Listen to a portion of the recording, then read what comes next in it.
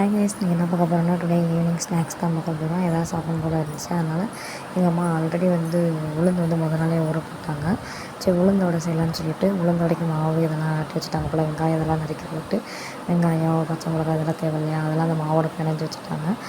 அது ஓட்டை போட்டால் என் பையனுக்கு பிடிக்காதுன்னு சொல்லிவிட்டு அதை அந்த பொண்டா வாங்கி போட்டு எண்ணெயை நல்லா காய விட்டுட்டு அந்த கொஞ்சம் கொஞ்சமாக போட்டு அதை நல்லா ப்ரௌனிஷ்டாக வர வரைக்கும் நல்லா இது பண்ணி எடுத்துக்கிட்டாங்க. அதை நல்லா வேக விட்டுட்டாங்க. அதுக்கு சட்னி தேவையில்லையா, அதனால் கார சட்னி அந்த இதுக்கு தொட்டு சாப்பிட்டா கார சட்னி தான் எங்களுக்கு பிடிக்கும்னு சொல்லிட்டு மிளகா சட்னி மாதிரி கார சட்னி அரைச்சிட்டாங்க. நல்லா வடை முருகலாக டேஸ்ட்டாக இருந்துச்சு. நாங்கள் கூட ஹோட்டலில் எப்படி இருக்க போகுதுன்னு நினச்சோம்.